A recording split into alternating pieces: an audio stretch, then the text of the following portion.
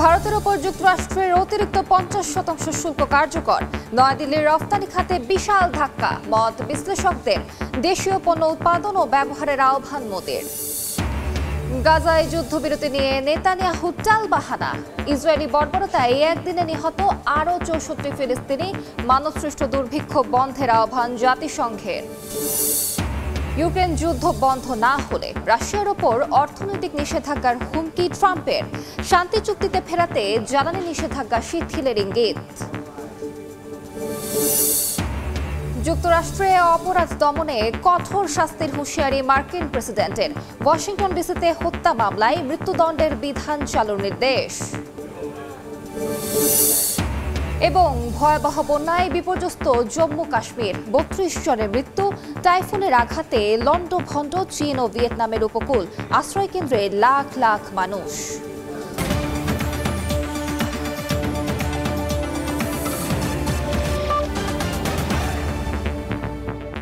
আন্তর্জাতিক সময়ের সঙ্গে আছি আমি আলিশা ইসলাম।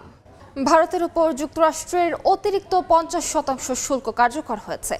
মার্কিন শুল্কের চাপ মোকাবেলায় দেশবাসীকে দেশীয় পণ্য উৎপাদন ও ব্যবহারের আহ্বান জানিয়েছেন ভারতের প্রধানমন্ত্রী নরেন্দ্র মোদী।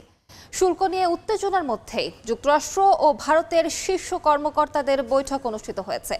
কৌশলগত অগ্রাধিকার, বাণিজ্য, বিনিয়োগ ও আঞ্চলিক নিরাপত্তা নিয়ে দুই দেশের মধ্যে আলোচনা হয় বলে জানা গেছে।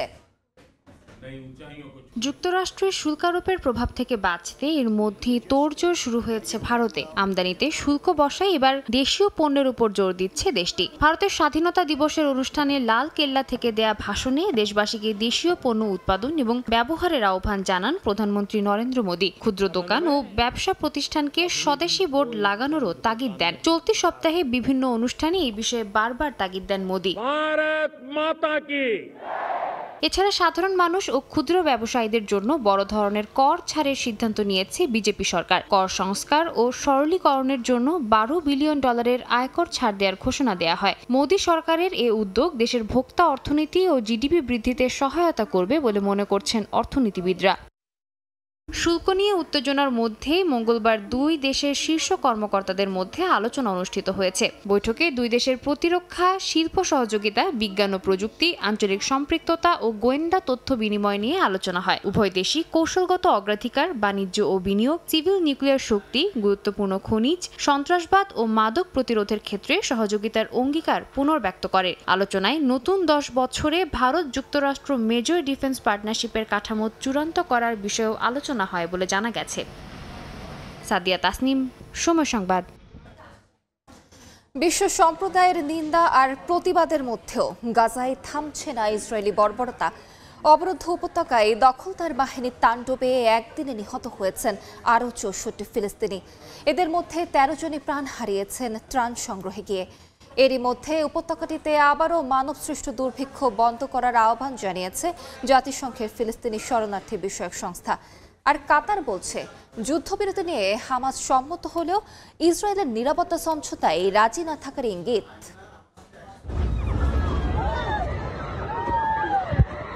এভাবেই প্রতিনিয়ত ইতিহাসের জঘন্যতম হামলার সাক্ষী হচ্ছেন ফিলিস্তিনিবাসী। আতঙ্কে কাটান প্রতিটি মুহূর্ত। স্থানীয় সময় মঙ্গলবার গাজার বিভিন্ন জায়গায় আগ্রাসন চালায় ইসরায়েলি সেনারা। এতে প্রাণ হারান অর্ধশতাধিক বাসিন্দা। এদের মধ্যে ত্রাণ সহায়তা নিতে গিয়েও প্রাণ হারান বেশ কয়েকজন। এক বিবৃতিতে বিষয়টি নিশ্চিত করেছে উপত্যকাটির স্বাস্থ্য মন্ত্রণালয়। চলমান হামলার মধ্যেই গাজা সিটির আরও গভীরে ইসরায়েলি বাহিনী ঢুকে পড়ায় অনেকেই পরিবার নিয়ে জায়গাটি ছাড়তে বাধ্য হচ্ছেন বলে জানিয়েছে বিভিন্ন গণমাধ্যম। এরই মধ্যে উপত্যকাটিতে আবারও মানবসৃষ্ট দুর্ভিক্ষ বন্ধ করার আহ্বান জানিয়েছে জাতিসংঘের ফিলিস্তিনি শরণার্থী বিষয়ক সংস্থা UNRWA। তারা জানায়, সাহায্য পৌঁছাতে কোনো বাধা না থাকলেই কেবল এই সংকট কাটানো সম্ভব। জর্ডান ও মিশরে যথেষ্ট সরঞ্জাম মজুদ রয়েছে, যা দিয়ে 6000 ট্রাক সাহায্য গাজায় পাঠানো সম্ভব বলেও জানায় সংস্থাটি।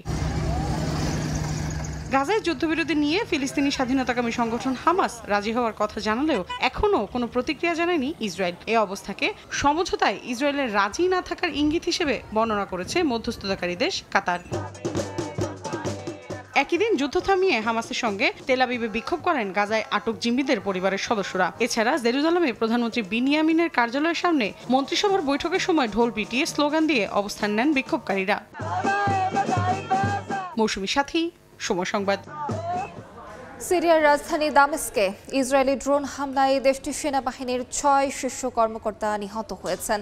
স্থানীয় সময় বুধবার ভোরে দামেস্কের শহরতলি আল কিসওয়া এলাকায় সেনাবাহিনীর অবস্থান লক্ষ্য করে এই হামলা চালানো হয়। এর একদিন আগে দামেস্কের বাইরে নতুন করে ইসরায়েলের সামরিক অনুপ্রবেশের নিন্দা জানিয়েছিল সিরিয়া। দেশটির পররাষ্ট্র মন্ত্রণালয়ের অভিযোগ, ইসরায়েল 60 সেনা পাঠিয়ে মাউন্ট হারমনের আশপাশের একটি কৌশলগত এলাকায় প্রবেশ করে, যা বেতজিন শহরের নিকটবর্তী এবং লেবানন সীমান্ত ঘেঁষা। তবে এ বিষয়ে তাৎক্ষণিক কোনো প্রতিক্রিয়া জানায়নি ইসরায়েল।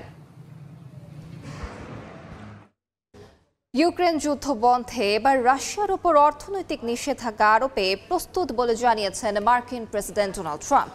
একই সঙ্গে ক্রেমলিনকে শান্তি চুক্তিতে রাজি করাতে ওয়াশিংটন জ্বালানি খাতের নিষেধাজ্ঞা শিথিলের ইঙ্গিত দিয়েছে বলে বিভিন্ন সূত্রের বরাত দিয়ে খবর প্রকাশ করেছে বার্তা সংস্থা রয়টার্স। যুদ্ধ বন্ধের এই উদ্যোগের পরও মস্কো কিয়েভের মধ্যে পাল্টাপাল্টি হামলা অব্যাহত রয়েছে। প্রথমবারের মতো ইউক্রেনের পূর্বাঞ্চলীয় দিনিপ্রোপেট্রোভস্ক অঞ্চলে রুশ সেনারা প্রবেশের চেষ্টা করেছে বলে স্বীকার করেছে কিয়েভ। রুশ ইউক্রেন যুদ্ধবন্ধে চলমান আলোচনার মধ্যেও থেমে নেই সংঘাত। মঙ্গলবার ইউক্রেনের খার্কিভ অঞ্চলের কুপিয়ানস্ক শহরে হামলা চালায় রাশিয়া। এতে কয়েকজন আহত হওয়ার খবর পাওয়া গেছে। হামলা চলে দোনেৎস্কেও। এরই মধ্যে প্রথমবারের মতো রাশিয়ার সেনারা ইউক্রেনের পূর্বাঞ্চলীয় দিনিপ্রোপেট্রোভস্ক অঞ্চলে প্রবেশের চেষ্টা করেছে বলে স্বীকার করে কিয়েভ। তবে তাদের অগ্রযাত্রা আটকে দেওয়ার দাবি করেছে ইউক্রেনীয় সেনারা। পাশাপাশি রুশ অধিকৃত লুহান্স্ক অঞ্চলে কিয়েভের ড্রোন হামলায় বেশ কয়েকজন হতাহতের খবর পাওয়া গেছে বলে জানায় রাশিয়ার তাস নিউজ এজেন্সি। চলমান উত্তেজনার মধ্যে তুরস্ক, উপসাগরীয় দেশগুলো বা ইউরোপীয় রাষ্ট্রগুলো রাশিয়ার সঙ্গে শান্তি আলোচনার আয়োজক হতে পারে বলে এক ভিডিও বার্তা দিয়েছেন ইউক্রেনের প্রেসিডেন্ট ভলোদিমির জেলেনস্কি। বলেন, রাশিয়ার ওপর চাপ প্রয়োগের বিষয়টি এখন মূলত যুক্তরাষ্ট্রের ওপর নির্ভর করছে।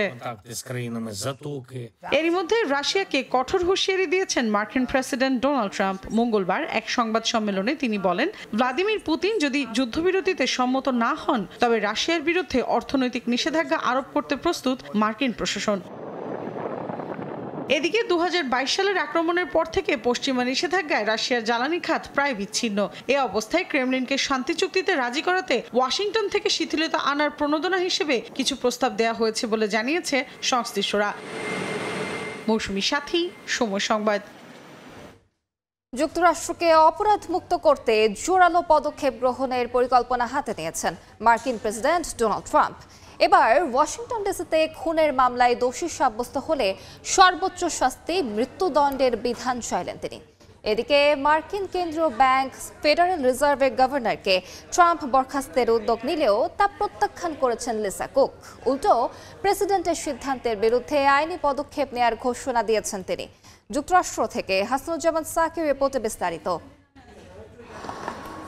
যুক্তরাষ্ট্রের আইন শৃঙ্খলা পরিস্থিতি, ফেডারেল রিজার্ভ ব্যাংকের গভর্নরকে বরখাস্ত করা, রাশিয়া, ইউক্রেন ও গাজায় যুদ্ধ বন্ধ, নানা ইস্যুতে উত্তপ্ত মার্কিন রাজনীতি। মঙ্গলবার এসব বিষয়ে মন্ত্রিসভায় বৈঠকে বসেন প্রেসিডেন্ট ডোনাল্ড ট্রাম্প। প্রায় 3.5 ঘন্টা ধরে চলা বৈঠকে ট্রাম্প বলেন, ওয়াশিংটন ডিসিতে খুনের মামলায় দোষী সাব্যস্ত হলে সর্বোচ্চ শাস্তি মৃত্যুদণ্ড চান তিনি। যুক্তরাষ্ট্রের বিভিন্ন অঙ্গরাজ্যের মতো রাজধানী ওয়াশিংটন ডিসিতেও মৃত্যুদণ্ডের বিধান নেই। ট্রাম্প আশা করেন ধীরে ধীরে অন্যান্য অঙ্গরাজ্যগুলো মৃত্যুদণ্ড কার্যকরের উদ্যোগ নেবে। মন্ত্রিসভা বৈঠকে ট্রাম্প জানান, ওয়াশিংটন ডিসির পর অপরাধ দমনে ইলিনয়ের শিকাগোতে সেনা মোতায়েনের সিদ্ধান্ত নেওয়া হয়েছে। এ বিষয়ে তিনি বলেন, গভর্নর কেতি হুকুল চাইলে নিউ ইয়র্কেও ন্যাশনাল গার্ড মোতায়েন করা হবে। এ বিষয়ে কেতি হুকুলের কোনো মন্তব্য জানা না গেলেও ইলিনয়ের গভর্নর জেভি প্রিৎকার ট্রাম্পের সিদ্ধান্তকে প্রত্যাখ্যান করেছেন। এক সংবাদ সম্মেলনে প্রিৎকার বলেন, যুক্তরাষ্ট্রের 20টি বড় শহরের মধ্যে 13টিতেই গণহত্যা সহ অপরাধ প্রবণতা বেশি, যেগুলো ট্রাম্পের দল রিপাবলিকান শাসিত। মন্ত্রিসভার বৈঠকে ট্রাম্প আরো বলেন, হত্যা, বন্দুক সহিংসতা সহ আইন শৃঙ্খলা পরিস্থিতি যুক্তরাষ্ট্রের মধ্যবর্তী নির্বাচন ও পরবর্তী মার্কিন প্রেসিডেন্ট নির্বাচনে গুরুত্বপূর্ণ ইস্যু হয়ে উঠবে। তাই যেভাবেই হোক অপরাধ নিয়ন্ত্রণে আনা জরুরি। এদিকে কেন্দ্রীয় ব্যাংক ফেডারেল রিজার্ভের গভর্নর লিসা কুককে বরখাস্ত করার কথাও বৈঠকে জানান ট্রাম্প। কুককে মর্টগেজ প্রতারক আখ্যা দিয়ে ট্রাম্প বলেন তার দায়িত্বে থাকার কোনো নৈতিক অধিকার নেই। প্রেসিডেন্টের নজিরবিহীন হস্তক্ষেপকে অস্বীকার করে লিসা কুক বলেছেন ফেডারেল রিজার্ভ একটি স্বাধীন প্রতিষ্ঠান, এর উপর প্রেসিডেন্টের নিয়ন্ত্রণের কোনো সুযোগ নেই।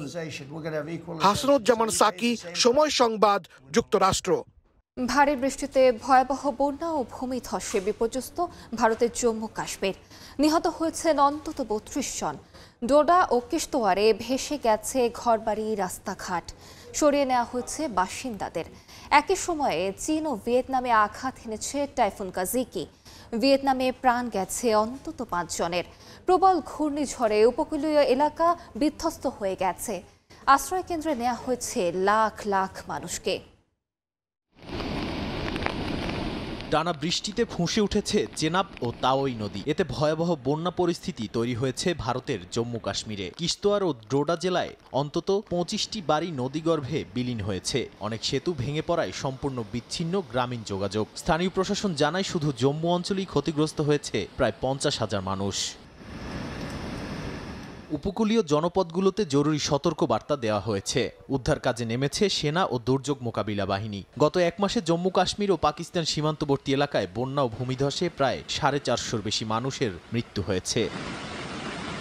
এদিকে দক্ষিণ চীনে আঘাত হেনেছে টাইফুন কাজিকি। গুয়াংডং ও হাইনান প্রদেশে ঘন্টায় ১৪০ কিলোমিটার বেগে ঝোড়ো হাওয়া বইছে। ক্ষতিগ্রস্ত হয়েছে ঘরবাড়ি ও বিদ্যুৎ সংযোগ। চীনা কর্তৃপক্ষ জানায় ১ লাখের বেশি মানুষকে জরুরি আশ্রয় কেন্দ্রে সরানো হয়েছে।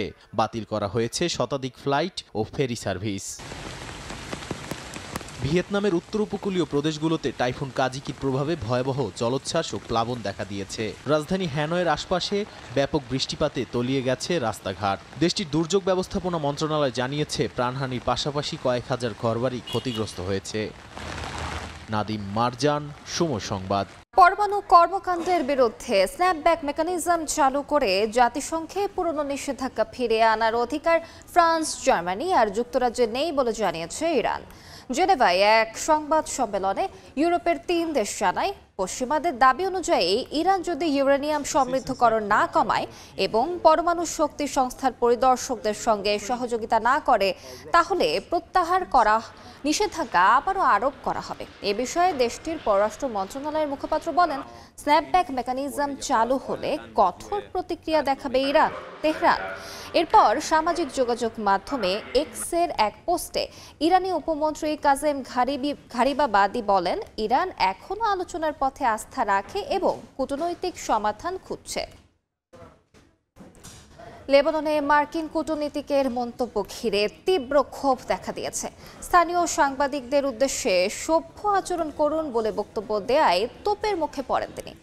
বৈরুতে প্রেসিডেন্ট জোসেফ আউনের সঙ্গে বৈঠকের পর সাংবাদিকদের উদ্দেশ্যে যুক্তরাষ্ট্রের সিরিয়া বিষয়ক বিশেষ দূত ও তুরস্কে নিযুক্ত রাষ্ট্রদূত টম ব্যারাক বলেন, অরাজকতা বা পশু সুলভ আচরণ সহ্য করা হবে না।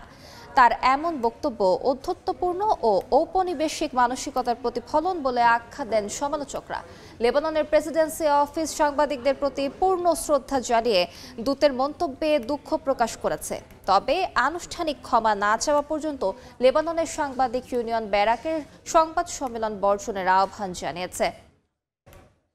টানা ব্যর্থতার পর অবশেষে আলোর মুখ দেখল ইলন মাস্কের স্পেসএক্স। স্থানীয় সময় মঙ্গলবার সফল পরীক্ষামূলক উৎক্ষেপণ সম্পন্ন করে রকেট স্টারশিপ মহাকাশে পৌঁছানোর পর প্রথমবারের মতো স্টারলিংকের প্রতীকী স্যাটেলাইটও সফলভাবে স্থাপন করতে সক্ষম হয় রকেটটি। পুনর্ব্যবহারযোগ্য রকেট প্রযুক্তি, হিট শিল্ড টাইলস এবং বুস্টার অবতরণের নতুন প্রযুক্তির ব্যবহারেও অনন্য এই মাইলফলক স্পর্শ করেছে মার্কিন মহাকাশ গবেষণা ও প্রযুক্তি প্রতিষ্ঠানটি। স্থানীয় সময় মঙ্গলবার সন্ধ্যা ৭টা ৩০ টেক্সাসের স্টারবেস থেকে সফলভাবে উড্ডয়ন সম্পন্ন করে স্পেসএক্সের রকেট স্টারশিপ। ১০ম পরীক্ষামূলক ফ্লাইটে ৪০৩ ফুট উচ্চতার এই রকেটের উপরের গঠন, নতুন হিট শিল্ড টাইলস, স্যাটেলাইট স্থাপন প্রক্রিয়া এবং বিভিন্ন প্রযুক্তিগত কর্মক্ষমতা যাচাই করা হয়। মহাকাশে পৌঁছানোর সময় তীব্র চাপ ও তাপ সহ্য করতে সক্ষমতার পরিচয় দেয় রকেটটি। নির্ধারিত সময়ে 232 ফিট উচ্চতার সুপার হেভি বুস্টার থেকে সফলভাবে বিচ্ছিন্ন হয় রকেটের উপরের অংশ। সাধারণত এটি বুস্টার লঞ্চ টাওয়ারের বিশাল ক্যাচ আর্মে ফিরে এলেও এবার মেক্সিকো উপসাগরে বিকল্প ল্যান্ডিং ইঞ্জিন কনফিগারেশনের সক্ষমতা যাচাই করা হয়। বৃহৎ বুস্টারকে নিরাপদে অবতরণ করানোর মধ্য দিয়ে পুনঃব্যবহারযোগ্য রকেট প্রযুক্তির মূল চ্যালেঞ্জ সমাধানে অনন্য মাইলফলক স্পর্শ করে ইলন মাস্কের স্পেসএক্স। মহাকাশে পৌঁছানোর পর ভারত মহাসাগরের দিকে নির্ধারিত পথ ধরে চলতে থাকে স্টারশিপ। এরপর ঘন্টায় 15,000 কিলোমিটার বেগে পুনরায় বায়ুমণ্ডলে প্রবেশ করে রকেটটি। এই উচ্চগতির কারণে উৎপন্ন তাপে পূর্ববর্তী উড্ডয়নগুলোতে ব্যর্থ হলেও এবারে তীব্র তাপ সহ্য করে নিরাপদে অবতরণ করতে সক্ষম হয় রকেটটি, যা স্টারশিপের হিটশিল্ড এবং পুনঃব্যবহারযোগ্য ডিজাইনের কার্যকারিতা প্রমাণ করে। মহাকাশে পৌঁছানোর পর স্টারশিপের পেজ সদৃশ স্যাটেলাইট স্থাপন ব্যবস্থা কার্যকর হয়। প্রথমবারের মতো স্টারলিংকের প্রতীকী স্যাটেলাইট স্থাপনে সক্ষম হয় রকেটটি। এর মধ্য দিয়ে একই রকেটের সাহায্যে একাধিকবার স্যাটেলাইট স্থাপনে অনন্য মাইলফলক স্পর্শ করে মার্কিন মহাকাশ গবেষণা ও প্রযুক্তি প্রতিষ্ঠান স্পেসএক্স। আমিরুল ইসলাম আলিফ, সময় সংবাদ। দক্ষিণ কোরিয়ায় মার্কিন সেনা ঘাঁটির জমি ভাড়া না নিয়ে মালিকানা চাইছেন প্রেসিডেন্ট ডোনাল্ড ট্রাম্প। তার দাবি, যুক্তরাষ্ট্র কোটি কোটি ডলার বিনিয়োগ করেছে, কিন্তু ঘাঁটিগুলোর জমি এখনও সিউলের কাছ থেকে ইজারা নেয়া। দক্ষিণ কোরিয়ার নতুন প্রেসিডেন্ট লি জে মিয়ং এর সঙ্গে বৈঠকে বসেই ট্রাম্প বলেন, ওয়াশিংটনের অধীনে বর্তমানে কোরীয় উপদ্বীপে 40,000-এর বেশি মার্কিনী সেনা মোতায়েন রয়েছে। তবে সামরিক ঘাঁটির জমির মালিকানা দক্ষিণ কোরিয়ার হাতে। সবচেয়ে বড় সামরিক ঘাঁটি ক্যাম্প হামফ্রিসের জমিও মালিকানায় নেওয়ার ইঙ্গিত দেন ট্রাম্প। যদিও বাস্তবে কোরিয়ায় অবস্থানরত মার্কিন সেনার সংখ্যা 28,000। ট্রাম্পের অভিযোগ, আগের মেয়াদে সিউল মার্কিন সেনাদের খরচ বহন করলেও বাইডেন তা বন্ধ করেছেন। দক্ষিণ কোরিয়ায় বর্তমানে 80টির মতো মার্কিন সামরিক ঘাঁটি রয়েছে।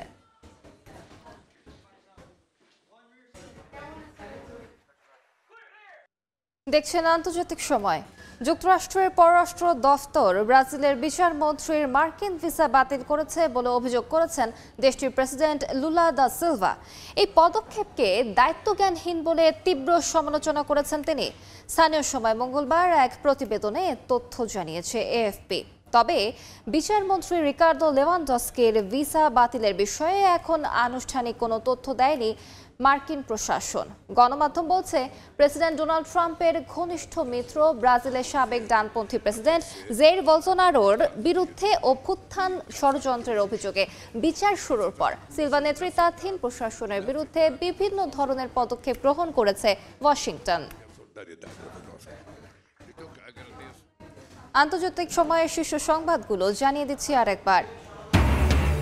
ভারতের ওপর যুক্তরাষ্ট্রের অতিরিক্ত 50% শুল্ক কার্যকর। নয়াদিল্লির রফতানি খাতে বিশাল ধাক্কা। মত বিশ্লেষকদের, দেশীয় পণ্য উৎপাদন ও ব্যবহারের আহ্বান মোদির। গাজায় যুদ্ধবিরতি নিয়ে নেতানিয়াহুর টালবাহানা। ইসরায়েলি বর্বরতায় একদিনে নিহত আরও 64 ফিলিস্তিনি। মানবসৃষ্ট দুর্ভিক্ষ বন্ধের আহ্বান জাতিসংঘের। এবং ভয়াবহ বন্যায় বিপর্যস্ত জম্মু কাশ্মীর, 32 জনের মৃত্যু। টাইফুনের আঘাতে লন্ডভন্ড চীন ও ভিয়েতনামের উপকূল। আশ্রয় কেন্দ্রে লাখ লাখ মানুষ।